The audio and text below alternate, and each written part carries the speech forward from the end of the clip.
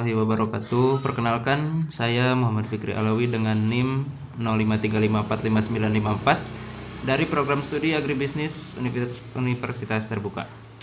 Pada kesempatan ini saya akan mempresentasikan materi penyuluhan berjudul Perbaikan Pola Tanam Terjadwal untuk Meningkatkan Konsistensi Produk Tomat Dip dan Bibikwas Romaine.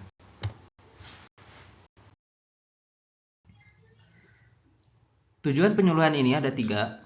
Pertama, memberikan pemahaman tentang pola tanam terjadwal. Kedua, melatih petani menyusun kalender tanam 10-14 hari. Ketiga, meningkatkan stabilitas produksi komoditas tomat bib dan bibikwas. Sasaran kegiatan penyuluhan ini sendiri adalah kelompok Binawan Agro yang merupakan unit usaha dari PT Al Jazeera yang terdiri dari 10 anggota kurang lebih pada saat saya melakukan praktik di lapangan. Masalah utama yang mereka hadapi yaitu produksi yang tidak konsisten karena pola tanam tidak dijadwalkan dengan baik, beban kerja menumpuk saat tanaman dan panen, serta teknik jarak tanam dan pemupukan yang belum seragam.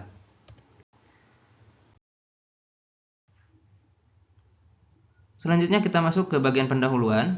Metode yang dipilih adalah demonstrasi cara sesuai modul dari Universitas Terbuka. Karena metode ini menekankan praktik langsung dan mengedepankan prinsip seeing is believing.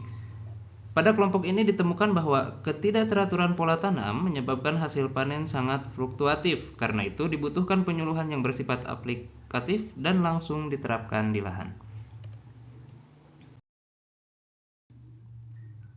Kita masuk ke tahap urgensi perbaikan pola tanam. Pola tanam yang tidak terjadwal mengakibatkan 3 dampak utama.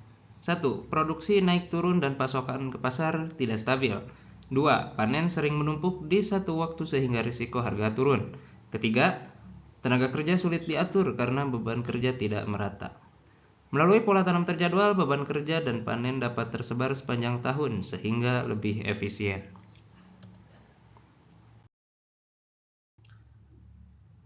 Selanjutnya, untuk bagian konsep kalender tanam terjadwal. Konsep utamanya adalah stretched planting, yaitu menanam secara bertahap setiap 10-14 hari. Setiap siklus dialokasikan ke bedengan yang berbeda atau ke tempat tanam yang berbeda. Semua tanggal, mulai dari semai, tanam, pemupukan hingga perkiraan panen, dicatat dalam satu kalender besar yang ditempel di area kerja. Kalender ini dievaluasi secara berkala untuk menyesuaikan jumlah tanaman dan ritme produksi.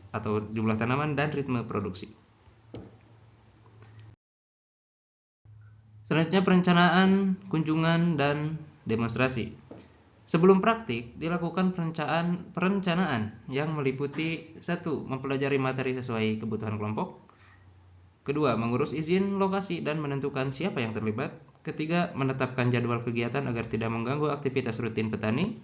Keempat, menyusun media penyuluhan, alat bantu, dan informasi teknis. Ini sesuai dengan prosedur penyuluhan lapang pada modul Universitas Terbuka.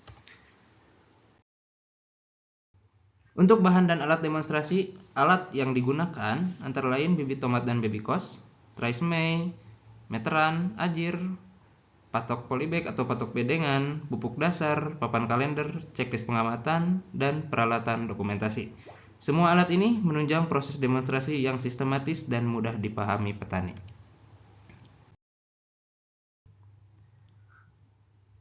Selanjutnya tahapan demonstrasi yaitu penyusunan kalender. Tahap pertama adalah menjelaskan manfaat pola tanam terjadwal, kemudian mengidentifikasi luas lahan, jumlah bedengan atau jumlah baris pada saat saya melakukan praktek karena budidaya dilakukan di greenhouse, dan tenaga kerja. Selanjutnya, menyusun rencana tanam 3 bulan dengan interval 10-14 hari, menghitung kebutuhan bibit dan menambahkan bibit cadangan 5-10%. Akhirnya, ditunjuk 2 orang penanggung jawab pencatatan. Selanjutnya tahapan demonstrasi yaitu penataan baris tanam. Pada tahap kedua dilakukan pengukuran jarak tanam. Misalnya tomat bib pada jarak 60x70 cm. Baris tanam ditandai dengan tali ajir dan setiap bedengan diberi label sesuai siklus. Peserta dilibatkan langsung agar memahami standar teknis yang seragam. Selanjutnya masih masuk dalam tahapan demonstrasi yaitu penanaman dan pemupukan. Pada tahap ketiga Peserta mempraktikkan penanaman bibit yang seragam, pemupukan dasar sesuai rekomendasi setempat, pemasangan ajar awal, dan pencatatan tanggal tanam. Langkah ini memastikan setiap siklus punya perlakuan teknis yang sama. Kemudian, untuk simulasi rotasi kerja dan pencatatan, dilakukan simulasi rotasi kerja dan semai dari semai hingga panen. Evaluasi mingguan ditetapkan setiap Sabtu sore. Format pencatatan mencakup tinggi tanaman, kondisi daun, hama, dan perlakuan pemeliharaan. Penekanan utama adalah konsistensi dalam mengisi catatan. Selanjutnya, diskusi dan tanggapan peserta. Peserta memberikan beberapa masukan, seperti kebutuhan bibit cadangan, pembagian tugas saat puncak kerja, hingga pertanyaan teknis lain.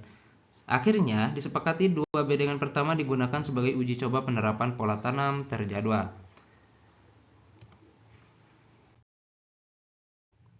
Untuk temuan lapangan dan pembahasan, dari pengamatan, peserta sangat antusias dan aktif selama demonstrasi.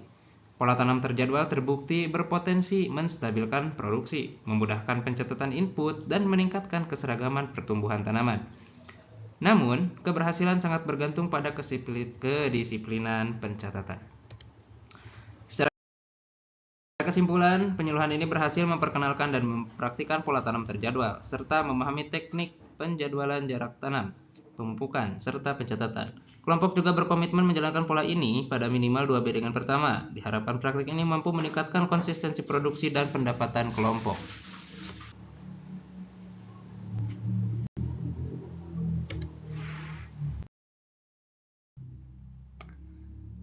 Untuk penutup dan tindak lanjut, untuk tindak lanjut sendiri, kelompok akan melanjutkan uji coba beberapa siklus panen, melakukan evaluasi mingguan, serta mendokumentasikan praktik baik. Kedepan, materi penyuluhan dapat diperluas ke nutrisi tanaman, hama penyakit, dan manajemen panen. Demikian mungkin yang dapat saya sampaikan melalui presentasi kali ini. Terima kasih, kurang lebihnya mohon dimaafkan. Wassalamualaikum warahmatullahi wabarakatuh.